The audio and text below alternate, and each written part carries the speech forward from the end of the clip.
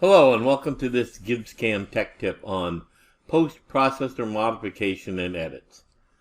We're going to go over what files are required today for submission to the post department to get your GibbsCAM post-processor edited or modified. One of the things we obviously need is a completed VNC file with tools and operations, as like the one that we see here on the screen. What we're going to do is go ahead and take our VNC file and open the post-processing dialog. Ensure that our post-processor is loaded. Give our G-code file a name. And we're going to put that in a location where we know where it's at so we can go and retrieve it for emailing to the post department later. One of the other things that is convenient to do is to turn on the line numbers so that we have line number output. Makes it easier to locate where we want edits. And insert comments is nice as well. Under Files, Preferences, Post-Processor Comments, you can tailor those to the types of comment outputs you'd like. Once that's done, we'll go ahead and process this file.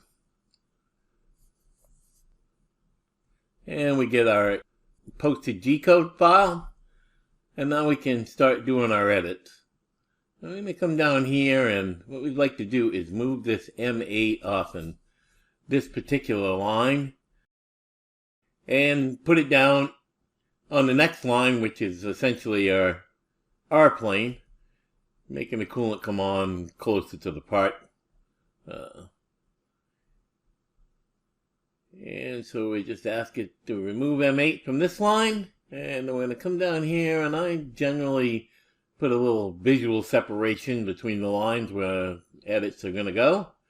And then we're going to request the M8 to be placed on this line.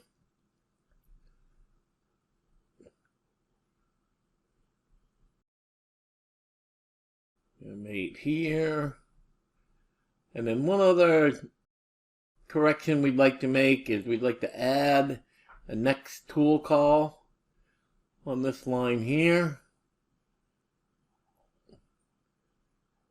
And in our case, example would be T20 is our next tool. This just preps the tool changer, so a little quicker tool change time.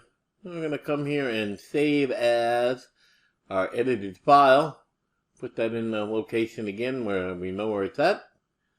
And we're going to rename this file to edited so I know the difference between the two. And we're going to request a save. And that takes care of the posted G-code and the edits required. Now we need a bundled GibbsCAM package. We're going to do that by going to File, Exchange, Pack and Go.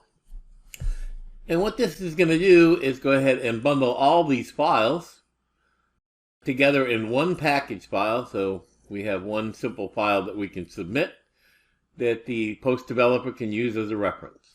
We'll go ahead and say we're going to create that package. We're going to put it in the same location as our edited G-code.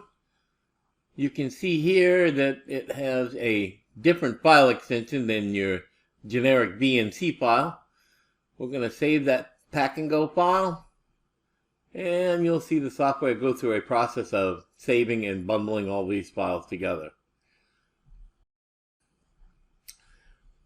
The refresh of the software is normal. Once that's completed, now we have the files that are required for submission. We've got a Pack and Go, we've got a text file that's been edited, and we can submit that to a local reseller. If they're too large to email, you can reach out to your local reseller for a link to upload. And this and any other GibbsCAM questions you might have, feel free to reach out to your local reseller. They'd be glad to give you assistance.